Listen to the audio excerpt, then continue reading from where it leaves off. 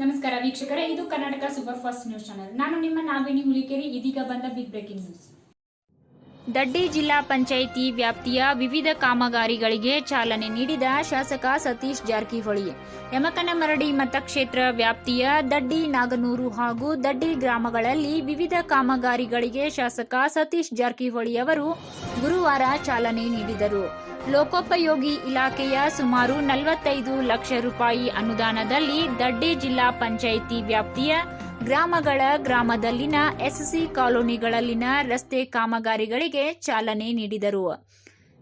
ಈ ಸಂದರ್ಭದಲ್ಲಿ ಜಿಲ್ಲಾ ಪಂಚಾಯಿತಿ ಉಪಾಧ್ಯಕ್ಷ ಅರುಣ್ ಕಟಾಂಬ್ಳೆ, ಆರ್ಕೆ ದೇಸಾಯಿ, ಕಿರಣ್ ರಜಪೂತ್, ದಯಾನಂದ್ ಪಾಟೀಲ್, ಪ್ರಮೋದ್ ರಕ್ಷಶೆಟ್ಟಿ, ಪರಶುರಾಮ್ ಬಂಡಿವಡ್ಡರ್, ಭೀಮಪ್ಪ ಗಸ್ತಿ, ಸಿದ್ನಿಂಗ್ ಬೆಂಡಿ, ರಾಯಪ್ಪ ಕಮ್ತಿ, ಬಾಳೇಶ್ ಮಾವನೂರಿ, ಬಾಬು ಬುಯಿಂಬರ್, ಗ್ರಾಮ ಪಂಚಾಯಿತಿ ಸದಸ್ಯ ವಿಲಾಸ್ ಪಾಟೀಲ್, ಬಸವರಾಜ್ ದೇಸಾಯಿ, ಶ್ರೀಧರ್ ಬುಯಿಂಬರ್, ಬಸವರಾಜ್ ಕೆಸರ್ಕರ್, ರಾಮ್ ಪಾಟೀಲ್, ಅರುಣ್ ಪಾಟೀಲ್, ಮಹಾದೇವ್ ಬುಯಿಂಬರ್, ಮಲ್ಲಪ್ಪ ತೇರ್ನಿ, ಸದಾನಂದ್ ಪಾಟೀಲ್, ಶಿವಾಜಿ ಬಡಿಗೇರ್ ಸೇರಿದಂತೆ ಮುಂತಾದವರು ಉಪಸ್ಥಿತರಿದ್ದರು.